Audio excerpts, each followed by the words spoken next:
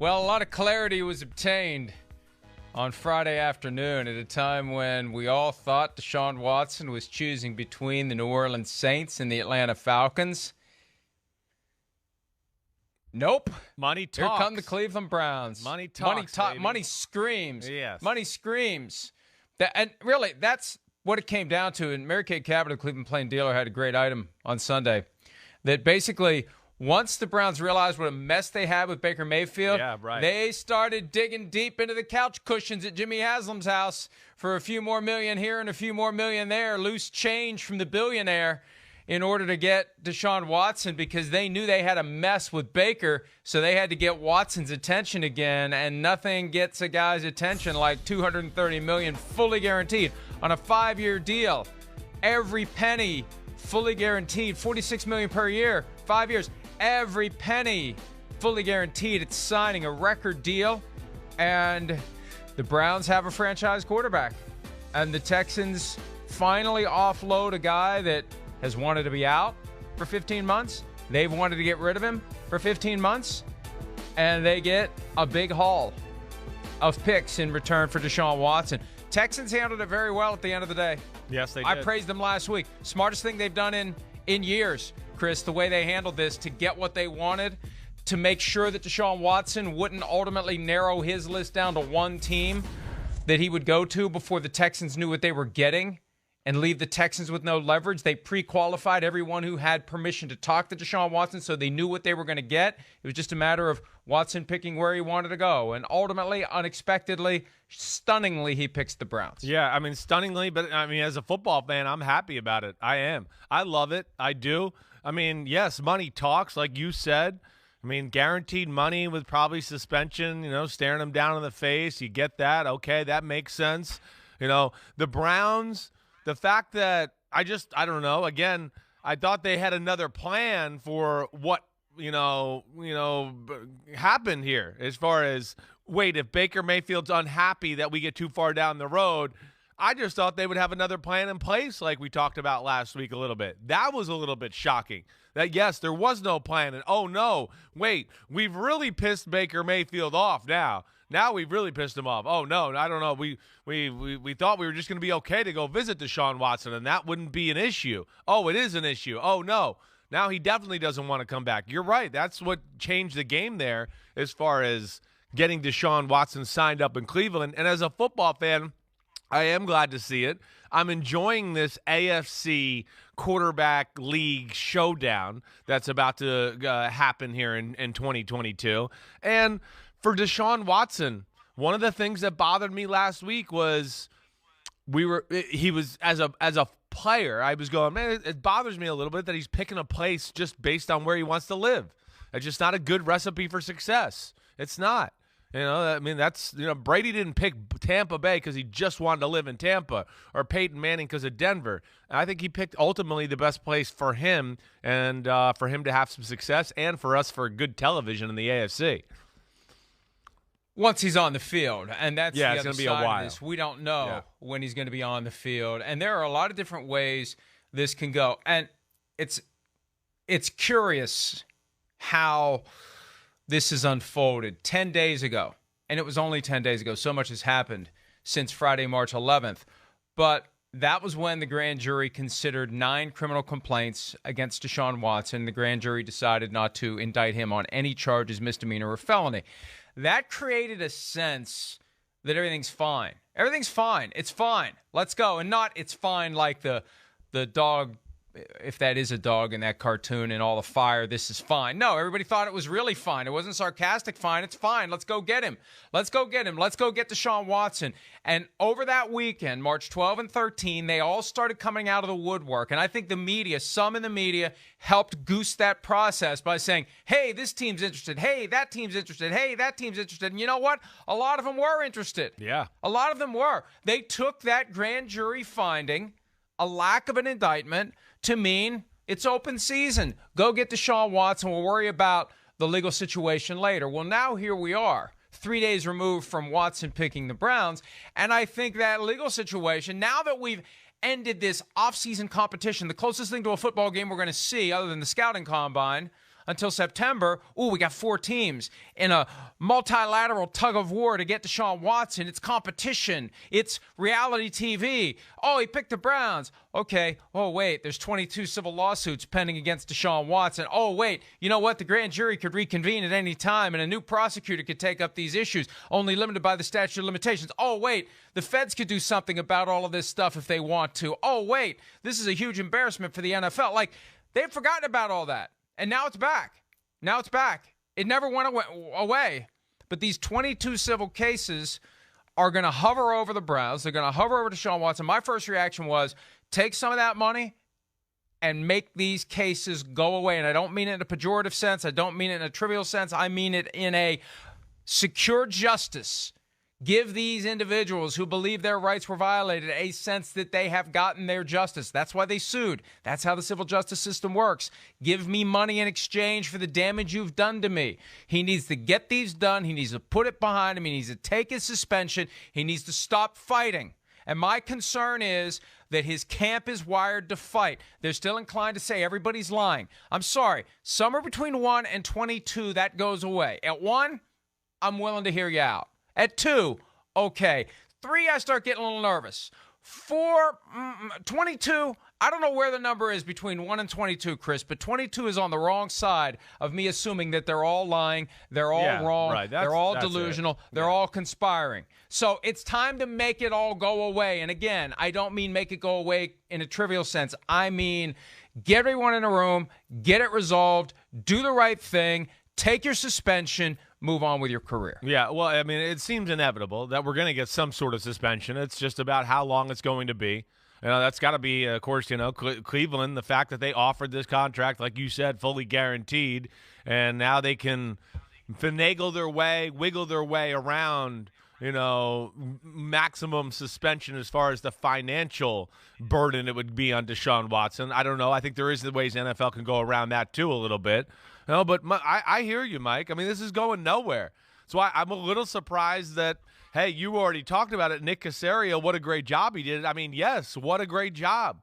I mean, I was nervous. You were nervous all along that they would get stuck at the table with only one team to talk about, or that too much of the civil stuff or law stuff wouldn't be settled. And you go, wow, that's really going to hurt, their case to maximize the trade. But to your point, last week, no grand jury indictment. Boom. Most in the NFL just looked at that as going, okay, we're out of the woods. Now let's go get one of the best players in football.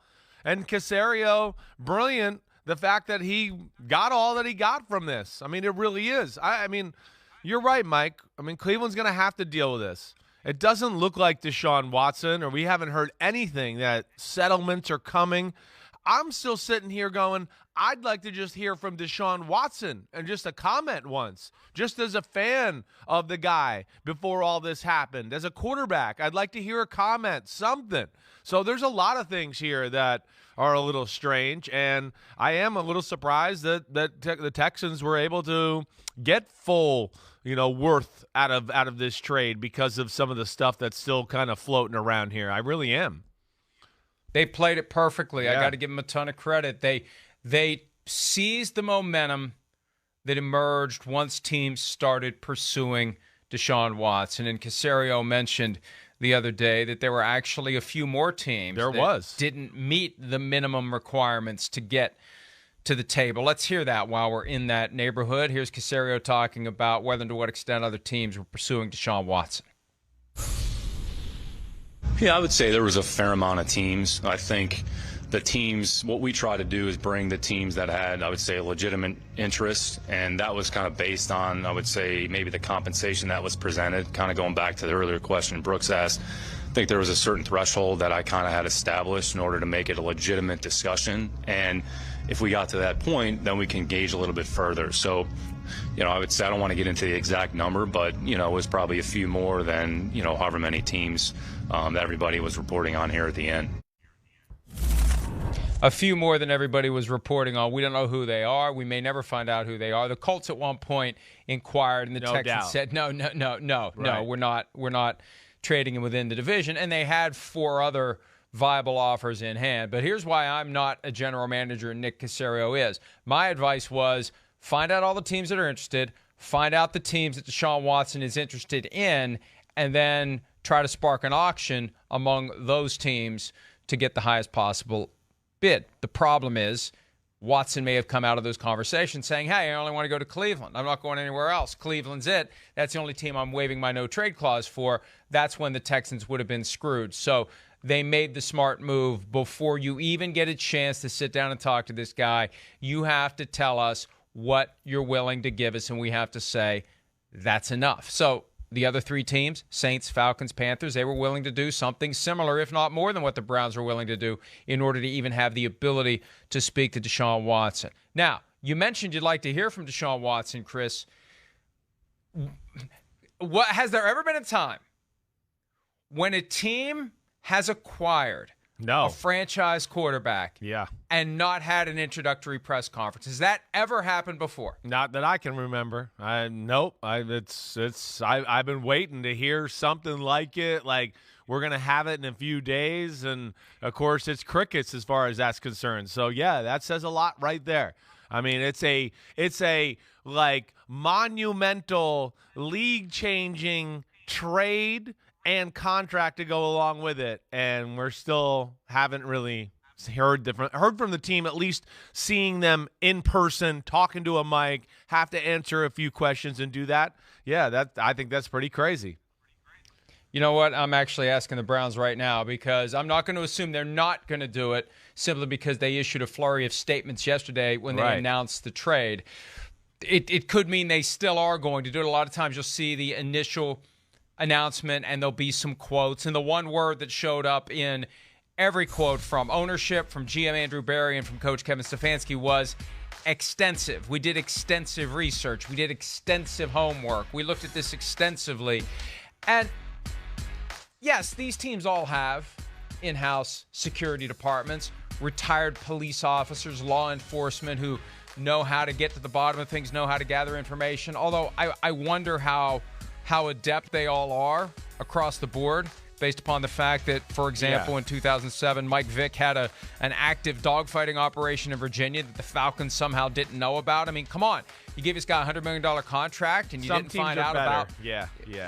That's right. Some are better than others. Right. And something that no team did was contact Tony Busby, the lawyer who represents the 22 plaintiffs. And I think we talked about this last week. It's kind of a no-win situation because if you don't talk to Busby, he's going to go, they didn't talk to me. And he's going to try to make the most hay that he can for his clients. And that's okay, but you have to understand that. And if you do talk to him and you still trade for Deshaun Watson, he's going to say, they heard everything I had to say and they still traded for him. For shame. He's going to do anything he can to create chaos. That's what he does. So you have to ask yourself, what's better? To not give him a voice and let him complain that he didn't have a voice, or give him a voice and let him complain that he ignored and we ignored and they ignored what I had to say? That's the balance. And with a guy like Busby, and when you look at everything he's said, I mean, he's been what you would expect him to be. Yeah. I don't want to cast aspersions on the guy. He's been exactly what you would expect the guy representing the 22 plaintiffs against Deshaun Watson to be. Seeking publicity, grabbing attention, grandstanding, chest thumping. He's exactly what you would expect. So if you're the Browns, what do you really find out in talking to this guy? Because he's going to be over the top. It's going to be skewed. It's going to be dramatic. And ultimately, it may not be all that helpful in comparison to what you can get through other channels. So, but again, you still give him the opportunity, as he's doing, to crow to ESPN, John Barr yesterday. The Browns didn't talk to me. Nobody talked to me. Right, because everybody knows what you're going to say. Yeah, and 100%. I think neither decision is going to be easy. If you put me in the Browns' shoes and the Browns' shoes in their front office, I'm probably going to choose not to talk to Tony Busby too. Again, not the fact that, hey, we don't have a lot of sympathy for the 22 people and all of that. We get that. But I'm not going to sit here and just go, oh, everything he says is just the stone cold truth. Oh, guaranteed. I mean, there's that aspect. there's also the aspect if Deshaun Watson did, stumble or do something maybe a little wrong in a few years, Tony Busby come out and, I told the Browns about that. I did. I mean, so that's a never-ending no-win situation I think, for the Browns. Nothing is going to be easy here right now. They got to weather the storm a little bit. So, yeah, they're going to have to take some knocks and some shots on the chin here from Busby and take that bad publicity. And they're going to take a few other things as well. But that comes with the territory and trading for Deshaun Watson. And like you said, they're hoping it turns the team around. He plays well. In 2 or 3 years, we all forget about this, like Ben Roethlisberger in Pittsburgh. And, hey, wow, awesome, we're Cleveland Browns. We're winning footballs, and we got football games, and we got our quarterback again. That's what they're hoping. They're hoping they can, change or turn the tide of that. And we'll see. It's not going to be easy here, certainly not. But I do think the first thing, to me, that would go over, at least personally to me, and I even hear this from other people, is just to see Deshaun Watson a little bit, just to hear him, look in his eyes, see if there's some, remorseful feelings and anything like that comes to, reading a player and having him answer some questions there. I mean, I would like to see that, but I know we're not out of all the legal stuff yet. We probably won't see it anytime soon.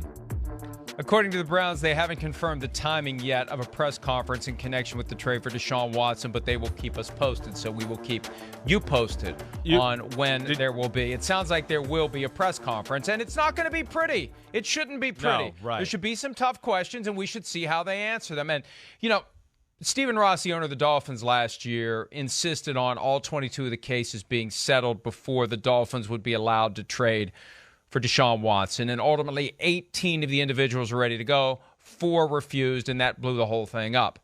I would, if I were the Browns right now, say we want these cases to be settled.